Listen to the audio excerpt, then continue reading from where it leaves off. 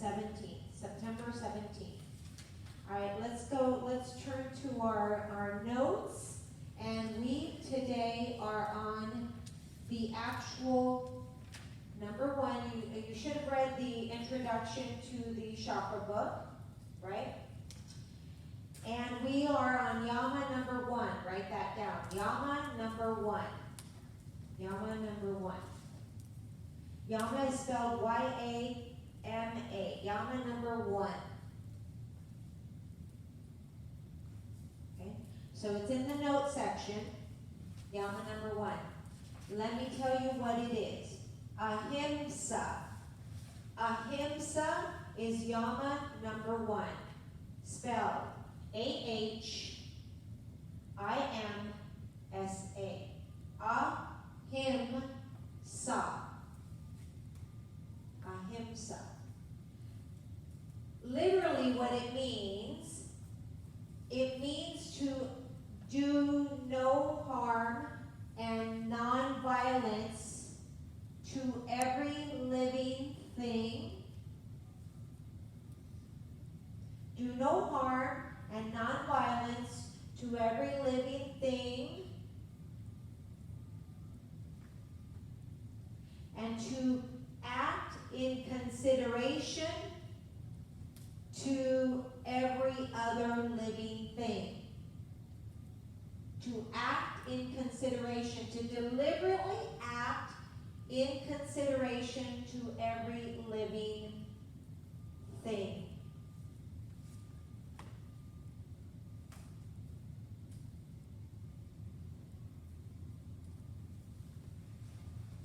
Act in consideration to every living thing. What does that mean to you? What does that mean to you?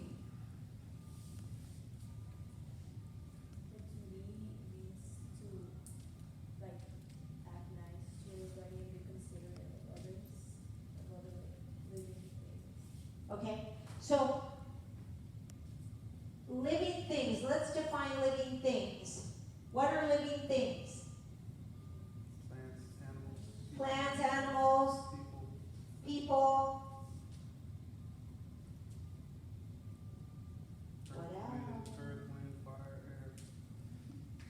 Earth, wind, fire, air. What else?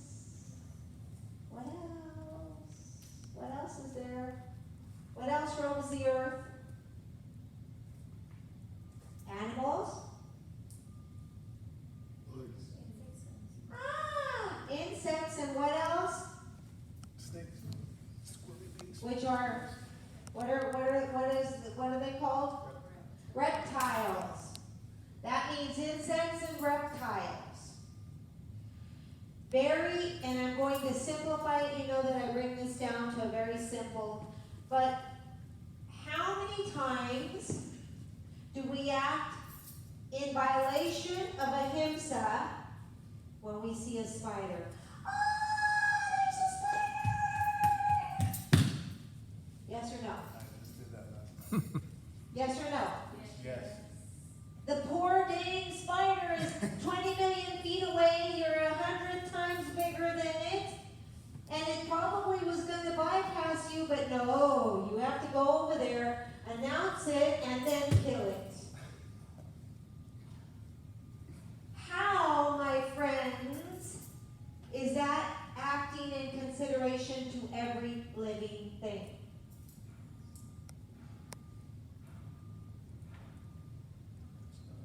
It's not, is it? Because that spider is not really going to hurt us, right? How many times don't we see something in the kitchen and we kill it? I mean, a little, something, right? So here's what you're supposed to do. You're supposed to guide it out. Guide it out. Guide it out. Right? In my house, it's hilarious. If I had a camera, it's hilarious because, there was we were moving in, and there was a mouse about about this big, and if there's one thing that makes my legs kind of go like this, it's a mouse, right? And so I'm in the pantry, and I'm on this stool, and I see the mouse go through, and I have to clean everything, right? And all of a sudden, I'm screaming at the top of my lungs, ah! And you know, and there's a mouse, and the mouse is probably more scared than I am, that I would probably jump off and then smash it, right? And then all of a sudden my daughter runs downstairs, she's going, Ahimsa, Ahimsa, Ahimsa, reminding all of us Ahimsa, right? That we should not kill this thing, that we should find it and shoo it out. And it's just hilarious because it's like, okay, they won't let me, you know, Ahimsa, Ahimsa, Ahimsa. And it's just funny, you know, when it comes to those things. But let's talk about Ahimsa. Now, does every living thing include yourself? Yes.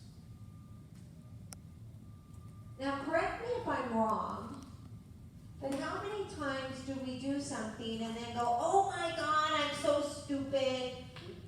I should have remembered. Yes or no? Yes. Is that acting in Ahimsa toward me? Yep. It's a violation of Ahimsa. So it's not acting in Ahimsa to me. So technically, if there were a Yama police, we'd all be in jail. Right? So what I want you to realize, because we're going to be studying Ahimsa all week, and you're going to be living Ahimsa all week. See, part of the reason that I share this with you is because your challenge is to go out there and to be aggressively aware of how many times you're in Ahimsa and how many times you're not. Now let me ask you this. When you wash the dishes for your mommy, is that Ahimsa? No. That's sort of a requirement. That's sort of something that you do in order to keep the relationship, right? Acting in deliberate consideration to others. Give me an example. What does that mean to you, Javier?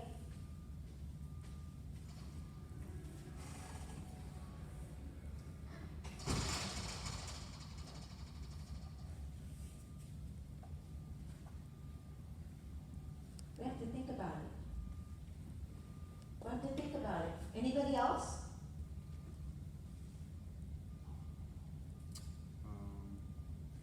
I was leaving my parking spot and I noticed someone was walking and I asked them, hey, are you looking for a parking spot?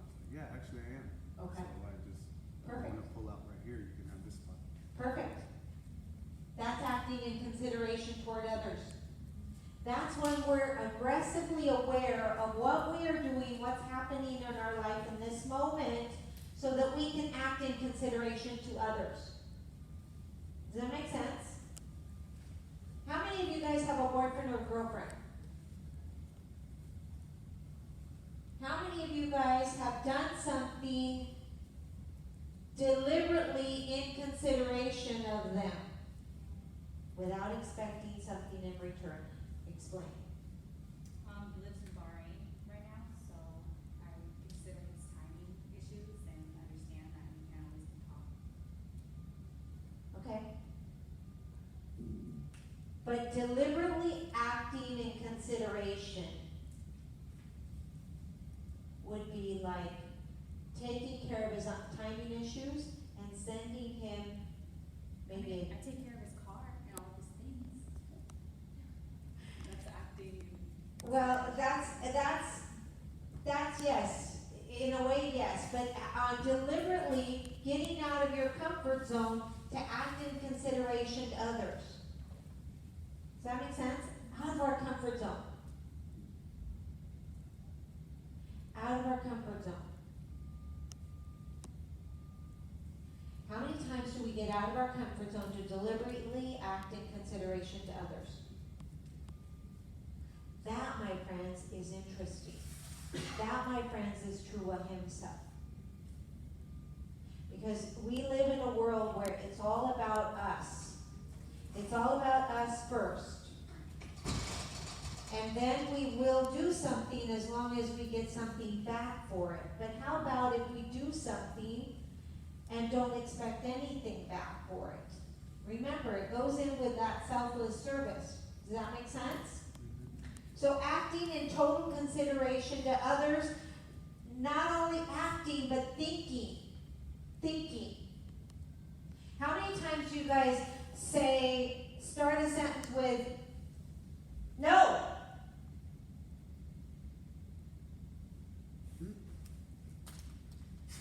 How many times do you start a sentence?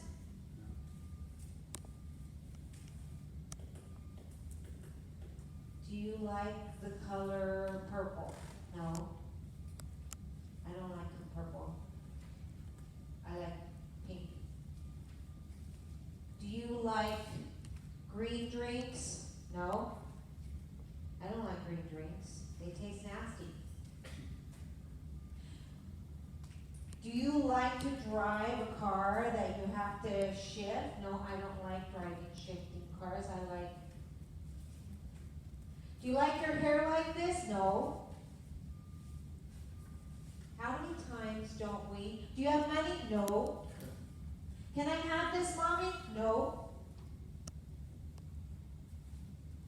You see, the word no is an interesting, powerful word, just like the word yes. When we start our sentence or our rebuttal or our answer with the word no, we weaken our immune system. We weaken the energy of that collective consciousness. We weaken ourselves. And we need to understand that when we answer something with the word no, that's not in consideration to others. That's not acting in consideration. How many of you guys have children? You have children? Well, yeah, but you look like you're 12. Judgment, right? Okay, so how old is your 10 months. Oh, okay, so not really conversing yet. Okay, so how many of you guys, and here is something that's very interesting to begin to really live this stuff. Hang out for about 15-20 minutes in the toy section of Walmart.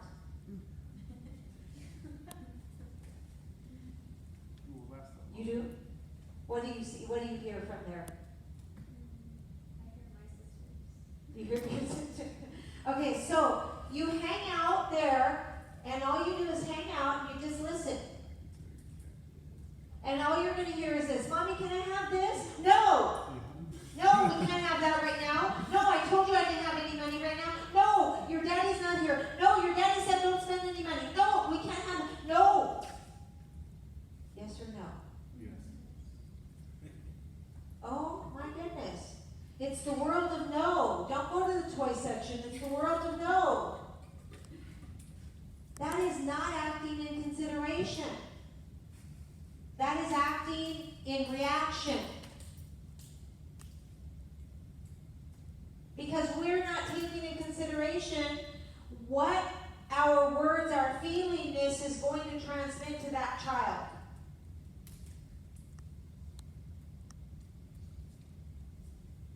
Instead of saying, can I have, Mommy, can I have this? What is it about this that you really would like? You see, when we begin to ask the child that, we begin to open up. We're now acting, open up their brain. We're now acting in consideration to them. They are living beings, and it is our job to help them to blossom like the lotus that I'm wearing here, to blossom, because that's what yoga does. And that transformational journey is to help you learn how to blossom. And that child is a blossom. But if we answer no, boom. The moment you answer no, you shut down every orifice in your body. If I could show you and maybe I will, I have the pictures at home, of the cells, what happens to the cells when you say no, and what happens to the cells when you say yes. How many of you guys have heard Dr. Emoto's water, the messages in water? Okay? If you haven't heard of it, look it up. You had a question? I had an experience recently where a homeless person came up to me and we're always, I guess, you've seen people say like, no, you just want it for drugs or you want to go buy alcohol. I don't know what happened, but I was just like, he came up to me so politely, he was like, oh, do you have any money to spare? And I was like, oh, are you hungry? And he was like, yes, I'm hungry. And I was like, oh, well, let's go right here. Let's get you some food. He's like, thank you so much. I'm so hungry. And I bought him like a pizza, and that's all he wanted. Yeah. And it was just nice to actually, like you said, consider the possibility that not everyone is the Exactly. same. Yeah. Because you want to shut him down see, the word no puts everybody on defense. You want to put somebody on a defense, say no. Just say no. Everybody stand up for me right now. Find a partner real quick.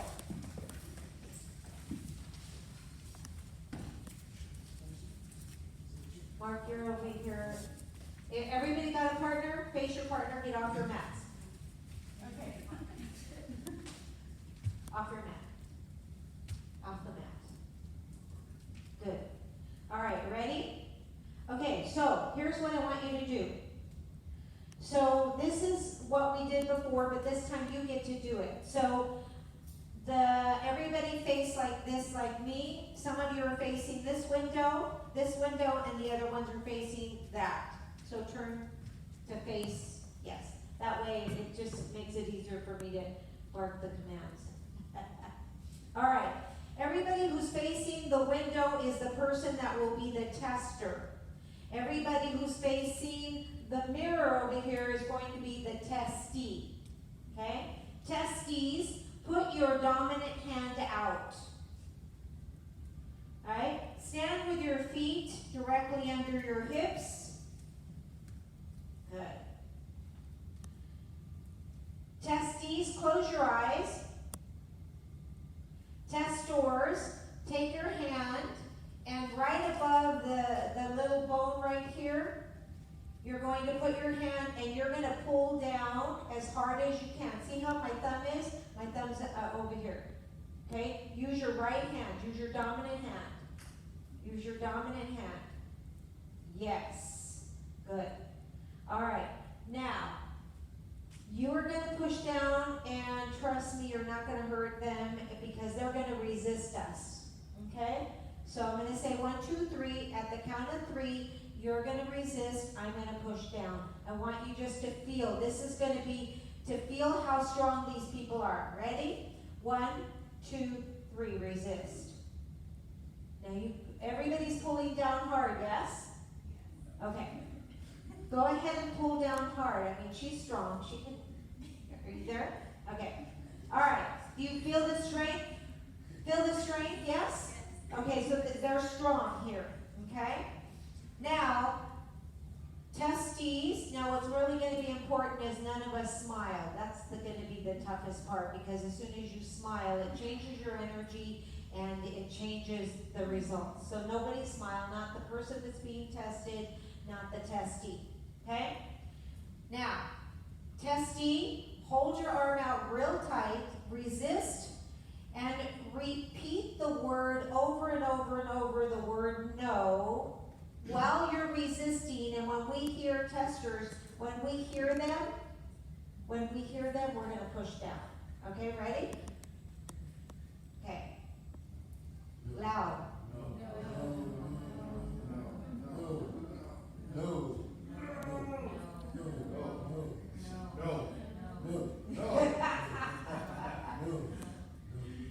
So what happened? They got weaker. Yeah, they got weaker, you got stronger, you were able to push their hands down. Yes? All right, let's try it again. Close your eyes.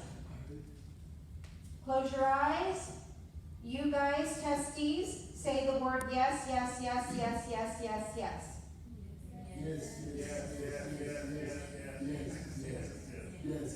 Okay, so hold me. You're actually going to, I'm going to push down. Okay, ready?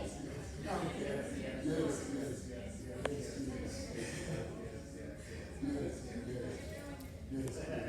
All right.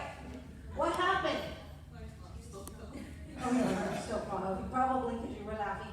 But what happens is truly when we're doing this right, when you say yes, it strengthens you. How is yes spelled? Your eternal source. Your eternal source. It is the connection to the source. It is that congruence. When we say yes to an answer that we want to say no to, we are in ahimsa to ourselves and to everybody else because it makes us be immediately, aggressively aware to figure out how we're going to answer that. It opens the brains. Does that make sense? This, what I showed you, is simple. No weakens you. Let me tell you something else. The moment you say no and you say it with anger, your immune system stays depleted for 7 hours after that incident. Yes. So, every time you say no and you say no, it's like taking an injection of a lethal shot and expecting me to die because you took that shot. Does that make sense? Oh my goodness, then we would stop saying no all the time and try to figure out how. So my motto is, write this down, my motto is, say yes and figure out how. Say yes and figure out how. Why? Because yes will make you figure out how.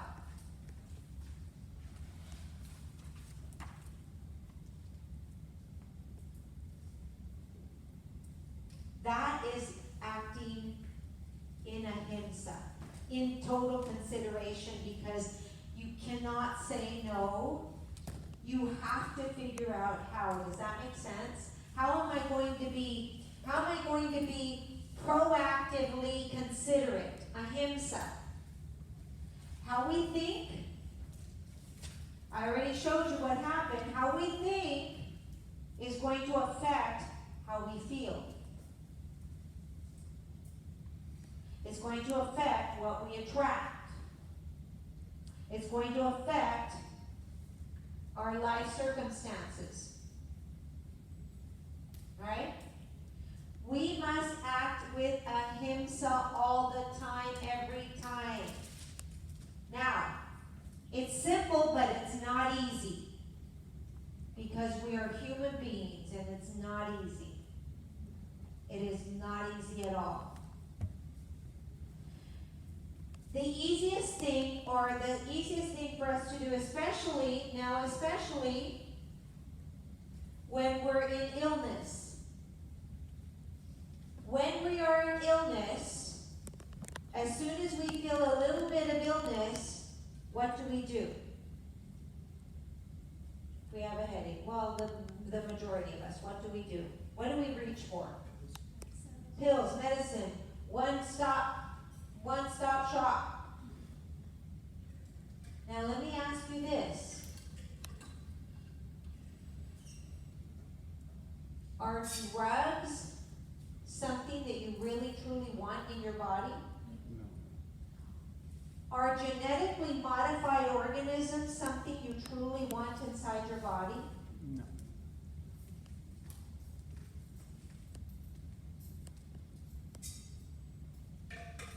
Do we want cell altering foods in our body? But yet we choose them all the time because it's easy. We choose them all the time because it's easy. I don't have time. It's just easier to drive through. Right? So when we eat something that isn't alive and isn't good for our body, are we acting in ahimsa toward ourselves? No. But we do it anyway.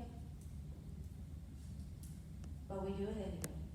And then, my friends, it gets worse. Then you take it and then you want the body to run like a fine, smooth Tesla. You want it to run, you want it to go forever, you want it to have these nice smooth lines. But yet you are acting out of ahimsa every time you put something that's been microwaved in your mouth.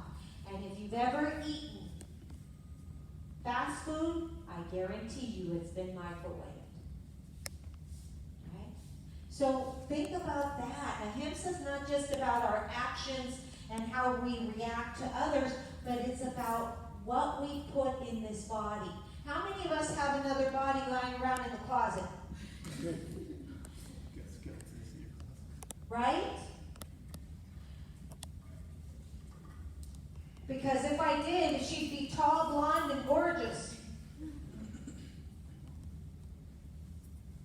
But we only get one body.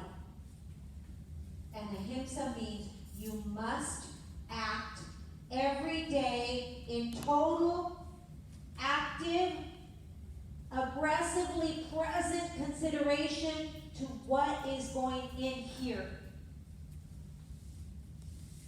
All the time. The reason I got my second cancer was because I got cocky. My first cancer, I did everything good. I was 27 years old. I did everything good. By the age of 35, I was cancer-free. Boom! Yeah! Let's go ahead. Let's go to Costco and buy them foods. Yeah! Easy foods. Toss them in the microwave. Bam! At the age of 40, 5 years later, another cancer in a different location. Because not all the time do they come back. I know what happened. I got cocky. I got cocky because we think that when we're walking around without any symptoms, we're healthy. How many of us think that? So do you think you're healthy? Do you think you're healthy? Do you think you're healthy? Do you think you're healthy? I don't know. Be honest. I think I am, but I think I am, right? I think I am. I don't know. I don't really know. I mean, I feel healthy, whatever healthy feels like, right? That's how I was. I didn't act in consideration to myself. Okay? I didn't act with ahimsa to me. To me.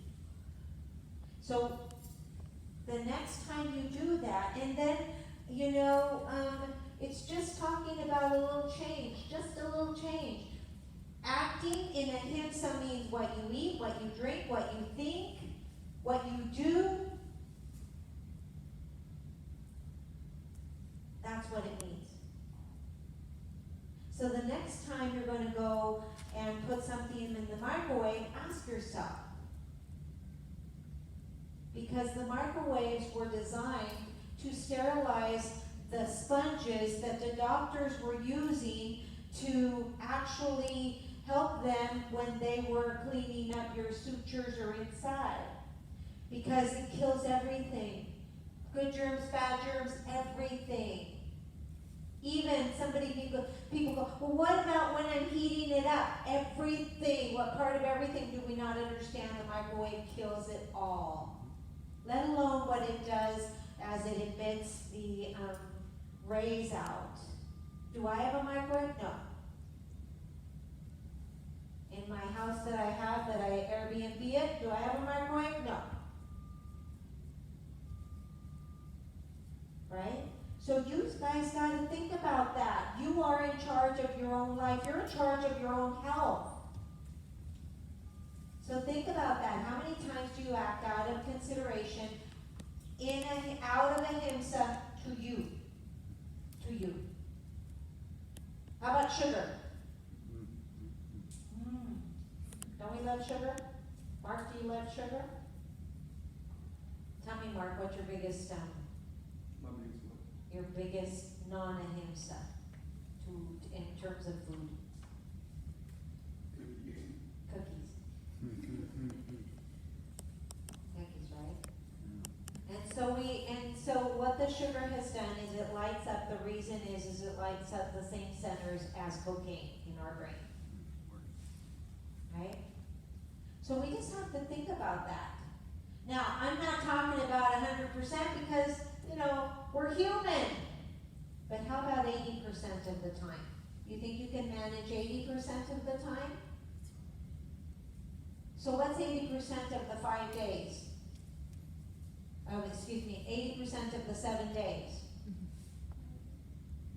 Say it again? Yes, it's 5 days. So 5 days of the week, you think you can handle taking more care of yourself, acting in ahimsa toward yourself and toward others? Then, the other 20%, you can fudge. Do I like my mango margaritas? Yes. Do I have them every week? No. Does that make sense? So just notice when you're not acting in ahimsa, because when you're not acting in ahimsa, here's the kicker, guys. If you're not acting in ahimsa toward yourself, I guarantee you are not acting in ahimsa with your relationships. Right? With your relationships. There's just no way.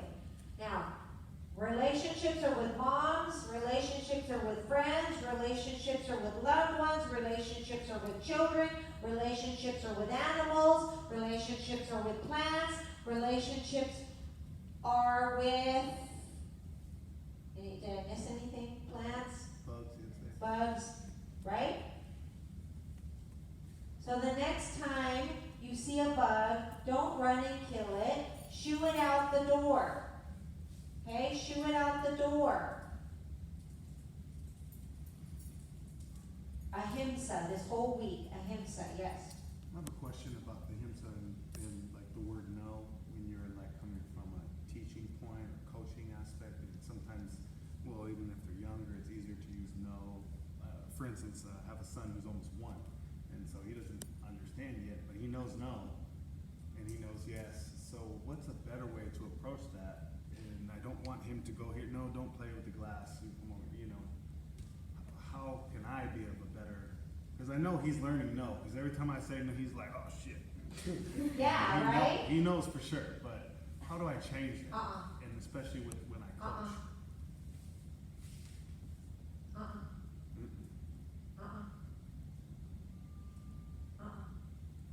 So if I'm on the football team, If you're one-on-one, you're gonna go Okay. If you're yelling out to a group, come on guys, how can we make this better? Come on! How can we get stronger? Come on! How?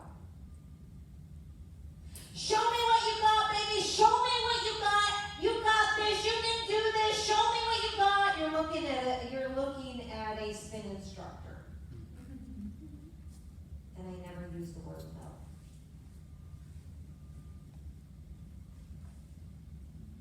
Does that make sense? Yeah, I understand. It just sometimes like It's competition easier. and like in the heats of a game or stuff like that, and emotions and stuff. It tends to come out a little bit more when you're not trying. You're not allowing fully it. aware. So, You're allowing it. yeah. So you gotta be more aware. Because it doesn't come out anymore with me. People will ask me and they'll go, oh my God, you don't even say the word no. I don't realize that because I practice. I'm not saying that you're gonna change over years. I've got a lot of years on you, and a lot of years I've been practicing this stuff. Right? I don't even say no to my dogs. Okay, so what? A clap work? Yeah. Start. Right? Draw attention. My mom used to do. No, well, that's different. Here comes the chunk clap. That's what my mom used to do. she don't have to say nothing. She just look at me, and I'm like, oh, I try not to look at her. You know, like, oh, And it worked. I pretend like I don't see her. I'm like, Yeah, my mom used to go like this. And then when she used to pull down, then I knew I was really in trouble. And smile, it was like, okay. But she never, in public, there was never that word no, interestingly enough. So we just have to learn. It's easier to say no. No, just shut up already. And does the person shut up? no. I rest my case. Come on, baby, talk to me. Yeah, keep talking. Talk Keep to me. talking. Come on, What baby. else do you have Come to on. say? Tell me. Oh my God, I don't wanna I'm talk. open. It'll shut him up right away. Yeah. It's always when you're doing something, then they want to talk. Stop doing what you're doing, pay attention. So yes, so there's ahimsa. Oh, good one. So ahimsa, how do we act with ahimsa? How many of us have been there and you're in the middle of something and somebody comes to you and it's like they want you to look at me, I'm talking to you, look at me, and you're in the middle of something and they, right? So, yes, you're in the middle of something, turn around and say, hey. You face them with your fourth chakra. You face them with your fourth chakra and say, what you have to say is important to me. You that's going to have a child. What you have to say is important to me. Here I am. I'm down. What did I do? I came down at the eye level of you. What you guys have to say is important to me. It really is. And because it's so important, I want to make sure that my full attention is with you. So can we hold just a second? Let me finish what I'm going to do, and then all of my attention will be on you. That's how important you are to me.